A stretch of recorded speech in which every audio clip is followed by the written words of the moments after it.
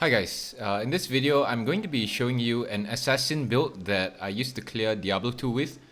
A few weeks ago my friends got me to try Diablo 2 Resurrected, and I don't know if it was a mistake because the moment I tried that game I was immediately hooked.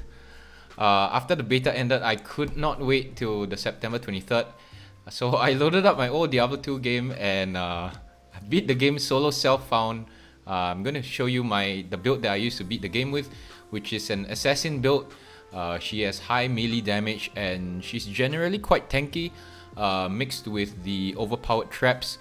I found the combat very fun and engaging skill rotations with Cloak of Shadows and Mind Blast to stun your enemies and crowd control. If you want to play a melee character for Diablo 2 Resurrected and be able to kill all your bosses by yourself and farm all content, I highly recommend you give this build a shot.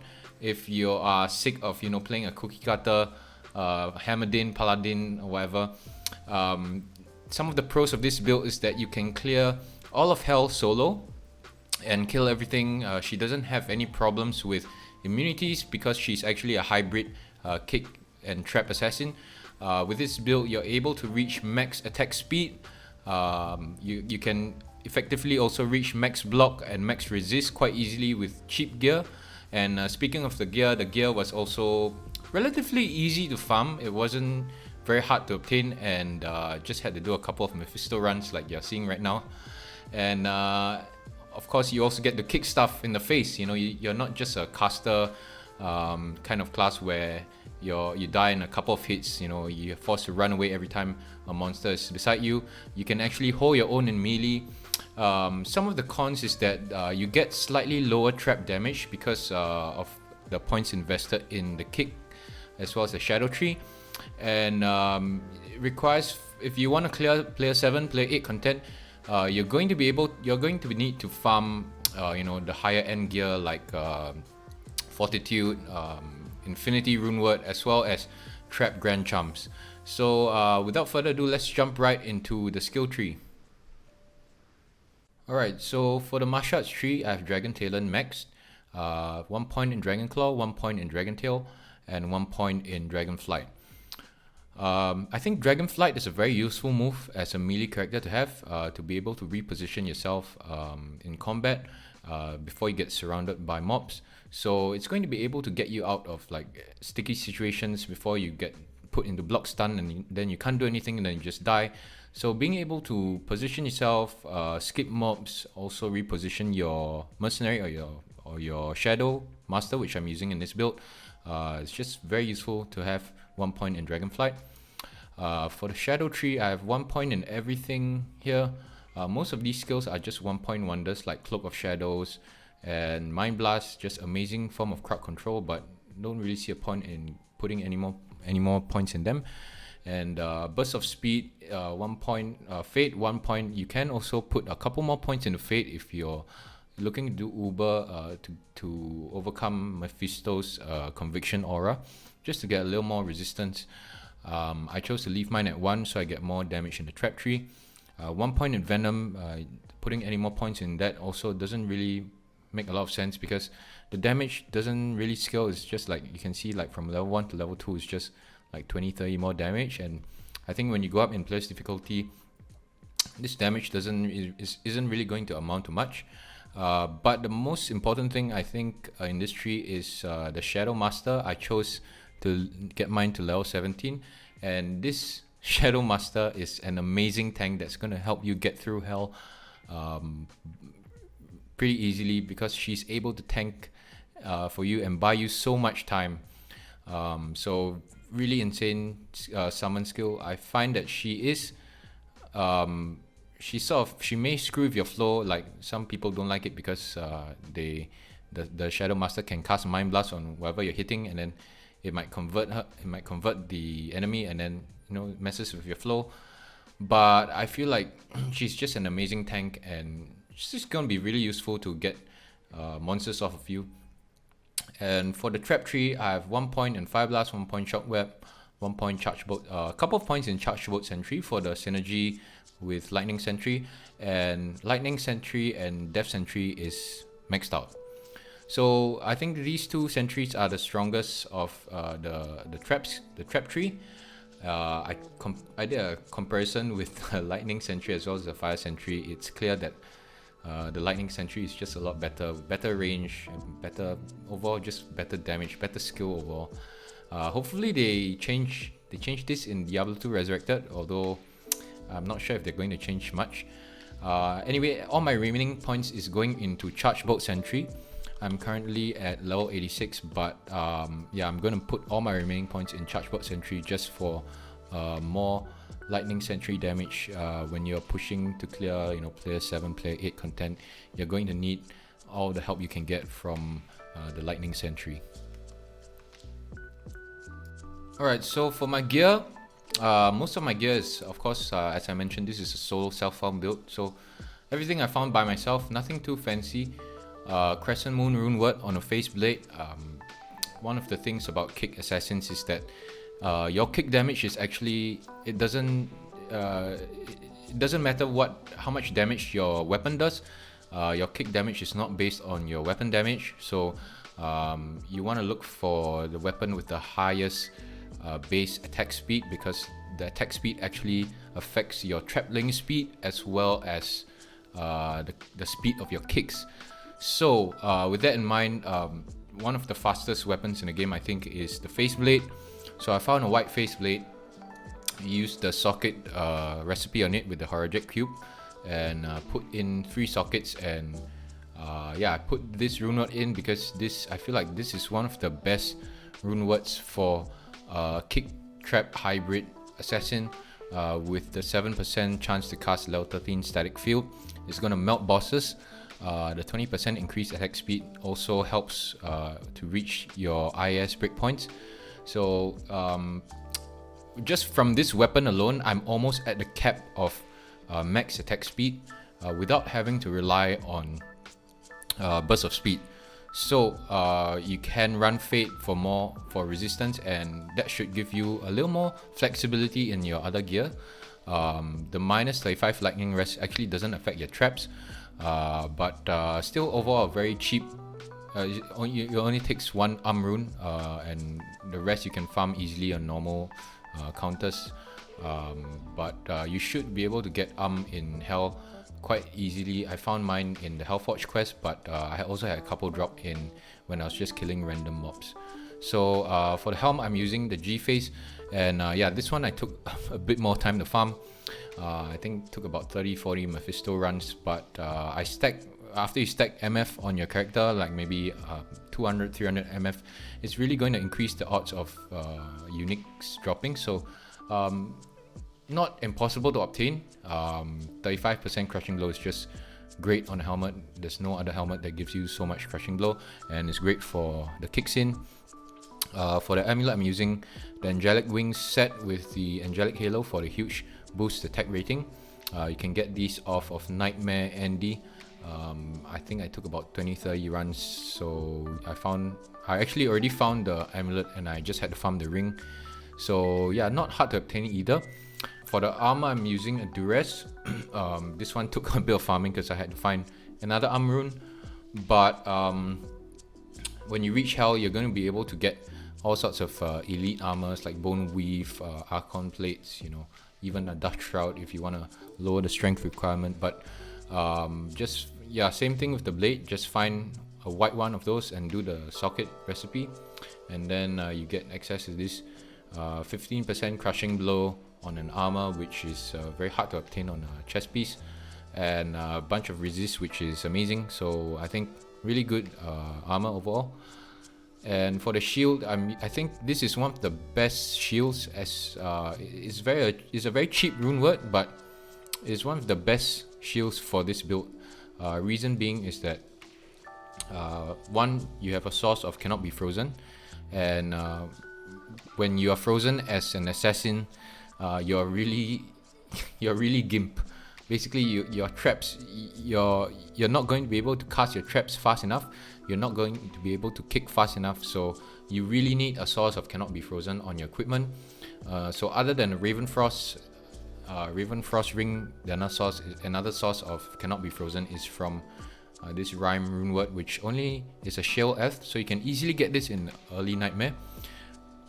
And all you have to do is find a 2-socket shield, and this will last you through the whole of hell. I think the only upgrade for this would be a Storm Shield, and then eventually switch to a Raven Frost for the Cannot Be Frozen. But overall, very strong shield. Other cool thing is that with the 40% faster block rate, you actually hit the block rate breakpoint for the assassin, so she actually gets a 3-frame block, which is a very fast block compared to the paladins 2-frame block with Holy Shield. And 25% MF is also very nice. For the boots, I found white Myrmidon Greaves that I used the chassis imbue reward to make it rare, and I was lucky enough to roll really well on it. But you really want a good pair of elite boots for the kick damage, because your kicks are actually dependent on, you can see that there's this attribute over there called kick damage, which tells you how much kick damage your boot does. These pair of boots, they do the most amount of damage among all the elite boots. So ideally you want this. Of course, the upgrade to this would be the unique Myrmidon Greaves, which is Gore Riders, but I wasn't able to get that in this game. So for the rings, I'm using one Dwarf Star for Fire Absorb, and the other ring is the Angelic Halo, like I said earlier. And for the belts, I'm actually using blood crafted belts and gloves. So the blood crafted belts and gloves, the recipe, I'll just put it right here. It's actually really easy to make, and all you have to do is look out for magical gloves and magical belts in hell. What I did, you can see, look at my stash, is that I've been hoarding these as I came across them, just so I'm able to roll the blood crafted belt. Basically, I think what you really want on these is, ideally you want increased attack speed on your glove to reach the IAS breakpoint, and also resistance is also always nice. And of course on the belt, you know, you want stuff like resistance, 5 stolen per hit, you want it at max at 3%, I think. And anything else is really just a bonus. And of course the main priority when you're playing in hell is to reach your resistance caps. So I have my inventory filled with grand charms of mainly resistance bonuses, and then whatever empty space I have, I put in magic find charms, just because I'm more I enjoy the loot. The loot is so important in this game, right? You can't just kill stuff, you have to get the loot. So MF charms and resistance charms, and you can see, like, after I use Fate once, I actually reach the resistance cap pretty much, other than Core, which is something I have to look out for, like more Core resistance charms. But other than that, I think overall 1k life, definitely I would like a bit more life, but this build able to clear all of hell player 1 content solo by herself, no problem. And yeah, let's jump right into some gameplay. Alright, so let's jump into the gameplay. Let's just do a build run. Let's show you what this build's like. So be sure to cast your summon before you engage in combat. It's just an amazing tank. And make sure to cast Fate. Oh crap, these guys are immune to lightning, so lightning sentry isn't gonna do much here. So you're gonna have to rely on your kicks here, and the corpse explosion from Death Sentry to clear the room. Also be sure to cast Cloak of Shadows, like I should have casted it earlier over there. But basically against multiple opponents, it's really a good idea to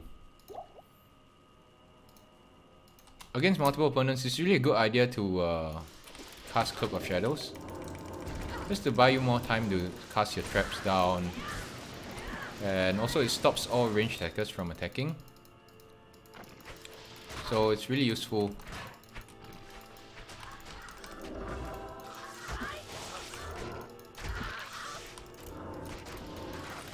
So against lightning immunes, you're gonna have to rely on your kicks. Oh, what's that? Probably something crappy.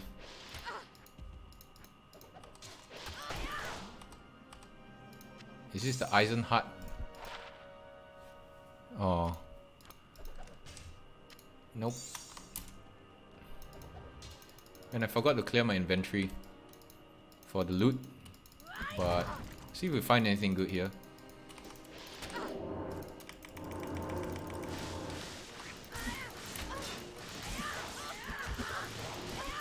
So always kill, I think it's always a good idea to kill the lightning immunes first. Because if your lightning sentries are targeting the lightning immunes, then you know, it's not doing much. Basically, it's not doing anything at all. So another thing I want to talk about, I think that's important to take note of when you're playing the assassin, is trap placement. So for example, and these guys are so damn annoying. So for example, where you place your traps is actually gonna matter a bunch. Like, if you want to be really efficient with your traps, ideally you want your traps to hit multiple opponents.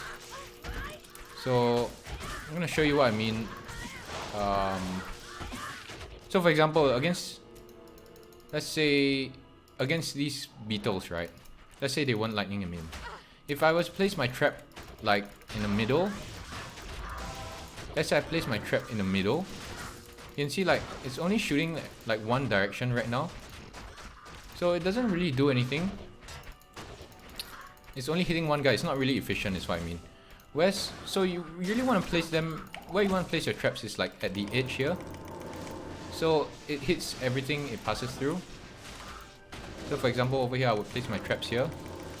And you can see like it's hitting everything in a straight line. Of course these guys are lightning immune, so it's not doing anything. But my point is where you place your traps matters.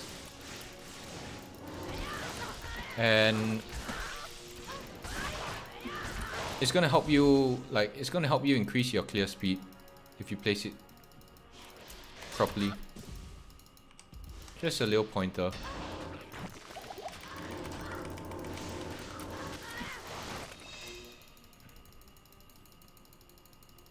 I'm just gonna skip past these guys. So another good thing about using Cloak of Shadows is you can use it to skip mobs, and also you can use like, man, I'm trapped. You can use dragon, like you can see I use dragon flight over there just to get out of there. So it's kind of like a cheap enigma in a way. I can use it to skip mobs with dragon flight, which is kind of useful. But it's gonna help you a lot if you're just farming like specific bosses for the loot and you want to skip a bunch of lightning immunes, for example, a bunch of lightning immune beetles, or a bunch of, you know, other annoying stuff like the vipers or the souls. The souls are really annoying. I hate those guys.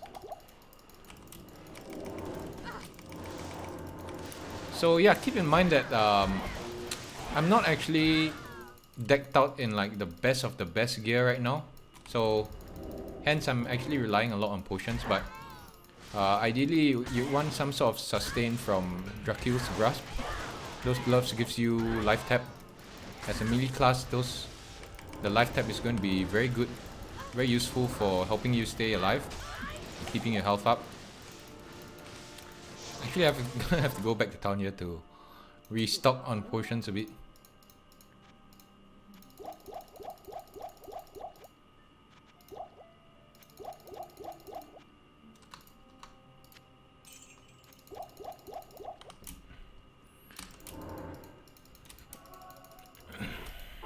Yeah, so yeah, keep in mind I'm not actually in the best of the best gear right now, so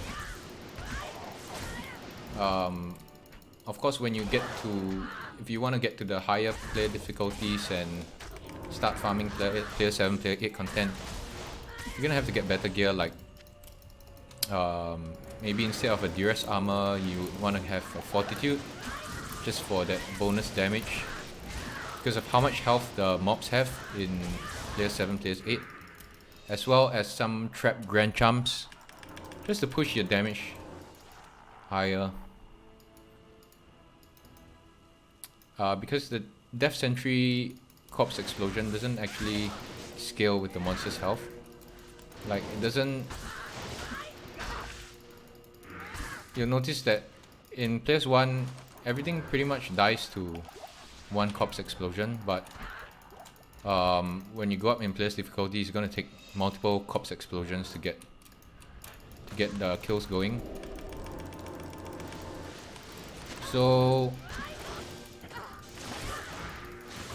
yeah, you're gonna have to do some farming. There's no way around it if you wanna start going for those really high player 7, player 8 content. And one annoying thing about Bill is that he actually casts Decrepify on you in Hell. So you wanna position your character slightly further away, ideally. But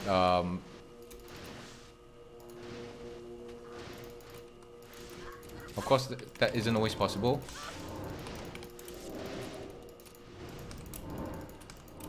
Recast my Merc here. My Shadow, I mean.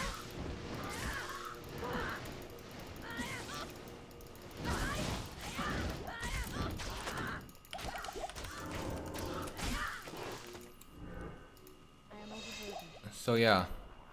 Ooh, Tiara. It's white.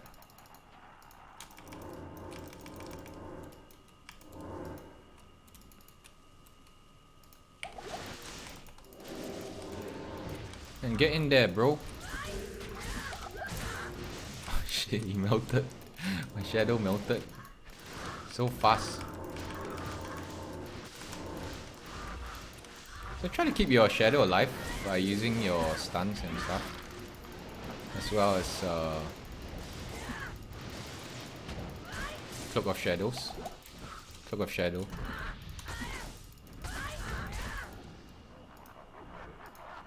So against this final wave, what I like to do is go up here, so that they can only come at you one by one.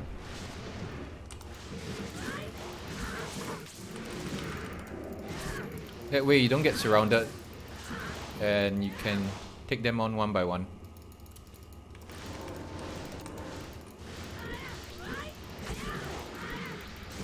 Because these guys are really...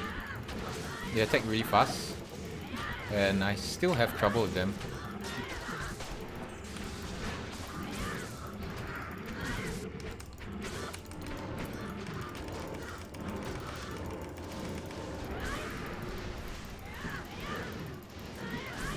Yeah, it's really not a matter of like DPS, because I feel like the damage this guy does is quite a bit. It's just the way these monsters attack you so fast. They can put you in block stun, and then you can't do anything.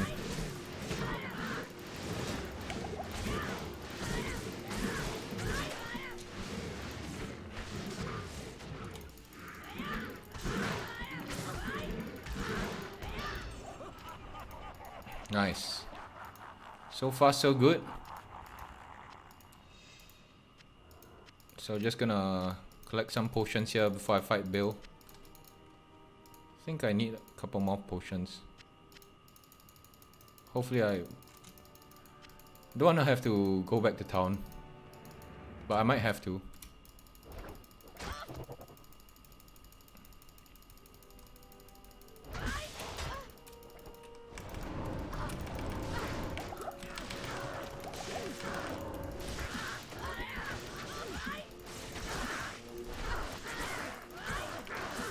So you can see how fast Static Field deals damage, right? Like, look, he's already at half HP thanks to Static Field and Crushing Blow. But the last bit of health is always when it gets a little bit a little bit slow.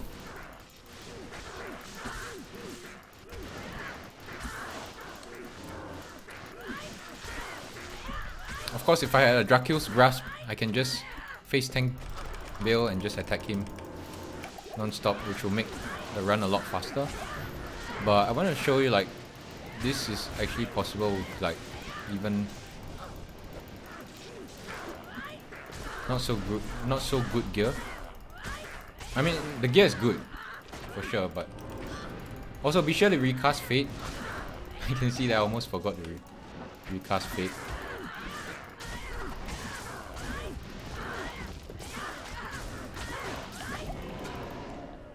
Ooh, Hand Axe. What is that?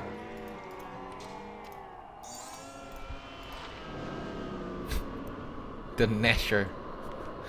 Level 5, 20% crushing blow. Wow. It's a good twink item for leveling. Alright, so that's it for this video, guys. I hope you enjoyed it and hopefully you got something out of it. Just example build, of course. You know, it's just the way I played it. But you're free to play however you want to play. And if you guys are new to the channel, do consider subscribing. I'm sure I'll be playing Diablo 2 Resurrected a lot more when it comes out. And thanks for watching, peace, and I'll see you guys again next time.